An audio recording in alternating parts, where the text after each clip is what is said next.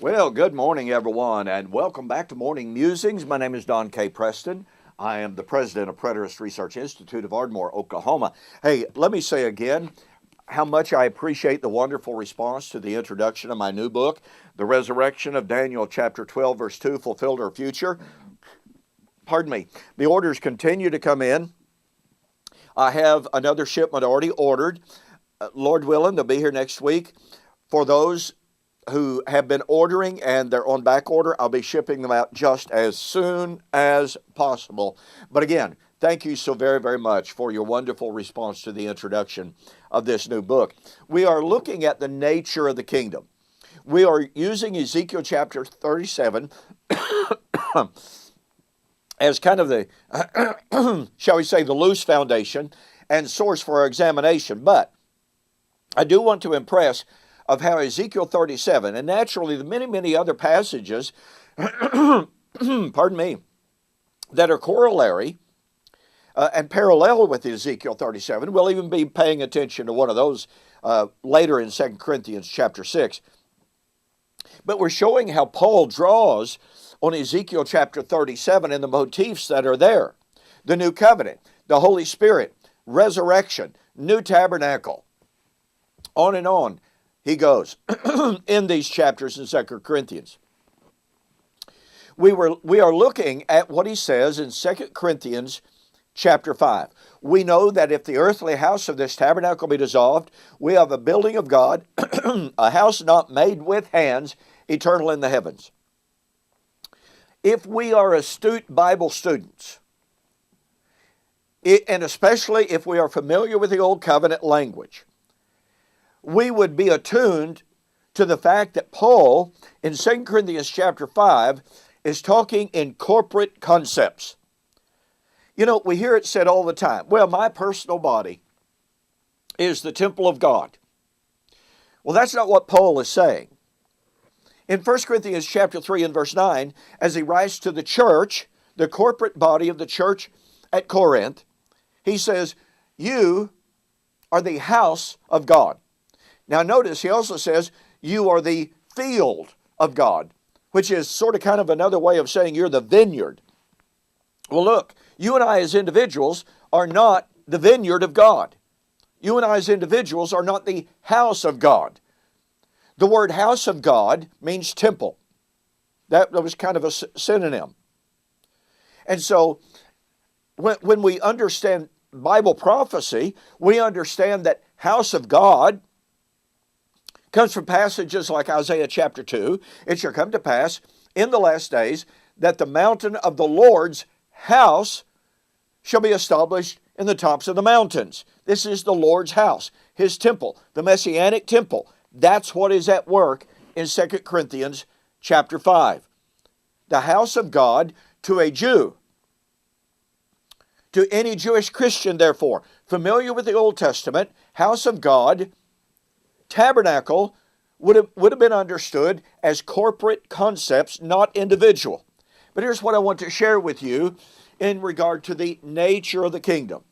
Remember that in Daniel chapter 2, verse 44, Daniel was told that in the days of the Roman Empire, the God of heaven would set up a kingdom that would never be destroyed. That kingdom was represented by the stone cut out without hands.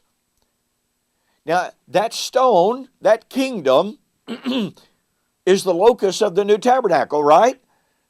Well, that stone cut out without hands is set in stark contrast to the earthly, physical kingdoms. So you have physical kingdoms contrasted to God's kingdom, the Messianic kingdom, earthly physical kingdoms versus a kingdom cut out without hands. Now here, Paul is speaking of the Messianic temple, and he says that the Messianic temple is not made with hands. Now look, this is remarkable. Every single time, pardon me, every single time in the New Testament where we find the phrase, not made with hands, it is a contrast between the Old Covenant kingdom, the Old Covenant temple, the Old Covenant practices, and the New Covenant and its temple and its practices. Stephen said, the God of heaven does not dwell in temples made with hands. Do you realize that in the Old Testament, the term made with hands is a reference to idolatry? Thus, when Stephen said, standing in that temple at Jerusalem, one of the most magnificent temples that had ever been made by hands in the history of the world, he was in effect saying that it had become their idol. And that's almost what modern day dispensationalism is doing, is it not, with its tremendous emphasis on a coming physical temple?